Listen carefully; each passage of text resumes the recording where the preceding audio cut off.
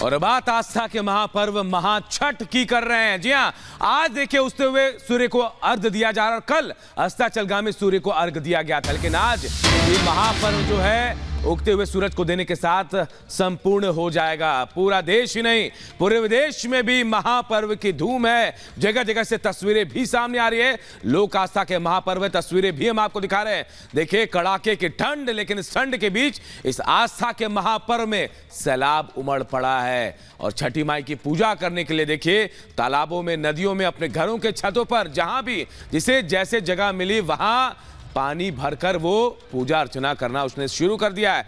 बहुत आस्था इस पर्व को लेकर है। आज दूसरा दिन छठ महापर्व का और आज उगते हुए सूर्य को अर्घ दिया जा रहा है। तस्वीरें हम आपको दिखा रहे हैं।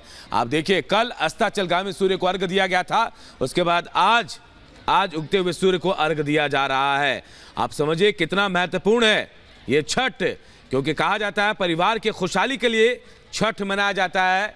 उत्तर प्रदेश और बिहार से शुरू हुआ ये छठ का महापर्व जो है अब देश के कोने कोने में मनाया जाता है। यही नहीं, देश के अलावा विदेशों में भी जहां जहां भारतीय हैं वहां वहां ये छठ पूजा मनाया जाता है। कहा जाता है पूरे परिवार की खुशहाली के लिए छठी माई से प्रार्थना की जाती है, सूरज देव से प्रार्थना की जाती है। और आस्था के इस महापर्व में कहा जाता है निर्जला व्रत रखा जाता है। 36 घंटों का ये व्रत, कठिन व्रत, जिसके बाद आज इनकी तपस्या पूर्ण होगी। आज ये पूजा पूरी होगी। जब उगते हुए सूर्य को अर्घ देंगे उसके बाद ये महापर्व जो है वो संपन्न होगा। तस्वीरें हम आपको दिखा रहे हैं। आपको देखिए दिल्ली देश की राजधानी दिल्ली में भी धूम है। उसके अलावा पटना बिहार की राजधानी पटना में भी देखिए, यूपी में, उत्तर प्रदेश के गोरखपुर में भी कैसे धूम है इस पर्व की, वो हम आपको दिखा रहे हैं। बहुत कठिन तप माना जाता है इस पूजा को और इस तप को पूरा करने का आज आखिरी दिन, क्योंकि आज उगते हुए सूर्य को अर्घ दिया जाएगा। परिवार की खुशहाली की कामना की जाएगी और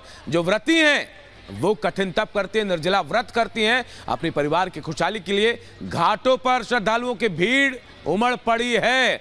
लोक आस्था का यह महापर्व है। देश भर में आस्था की डुबकी लगाई जा रही है। और ये सिर्फ 3 तस्वीरें नहीं है, आस्था की वो तस्वीरें हैं जो पूरे देश को एक सूत्र में बांधती है। आप कहीं भी रहें, लेकिन ये पर्व ऐसा है कि आपको अपने घर तक खींच कर ले आती है।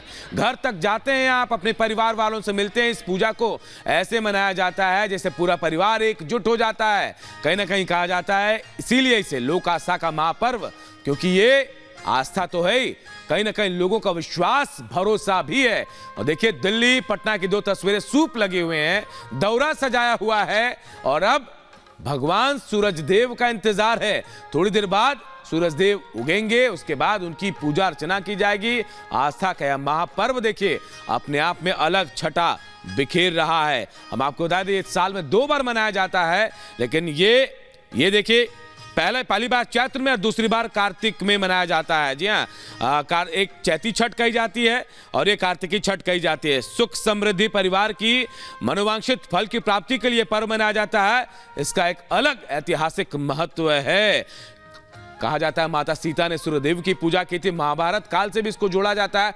कई कहानियां इस छठ के पीछे हैं, लेकिन सच्चाई यही है कि इस छठ के पीछे की कहानियां जो भी हो, लेकिन आस्था, बहुत ज्यादा भरोसा, बहुत ज्यादा लोगों की उम्मीदें जुड़ी होती हैं। लोग एक दूसरे से इस पर्व के जरिए जुड़े भी होते हैं, क्योंकि ऐसा पर्व, ऐसा महापर्व हम कहें जो सिर्फ बिहार उत्तर प्रदेश में नहीं, देश के कोने कोने में नहीं, विदेशों में भी मनाया जाता है। और आप देखिएगा वो तस्वीरें भी सामने आएंगी जब कनाडा में, ऑस्ट्रेलिया में या फिर इंग्लैंड में, ब्रिटेन में, जहां भी भारतीय हैं वहां इस पर्व को धूमधाम से मनाया जाता है।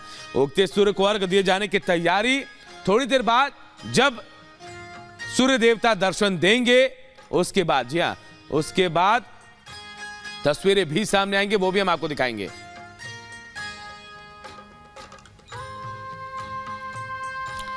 हम आपको बारी बारी से तस्वीरें भी दिखा रहे, देश के अलग अलग कोने की तस्वीरें। देखिए झारखंड की राजधानी रांची, उत्तर प्रदेश की राजधानी लखनऊ, भुवनेश्वर, देखिए ओडिशा की राजधानी भुवनेश्वर, तीनों जगह पर इस लोक आस्था के महापर्व की छटा अलग देखने को मिल रही है।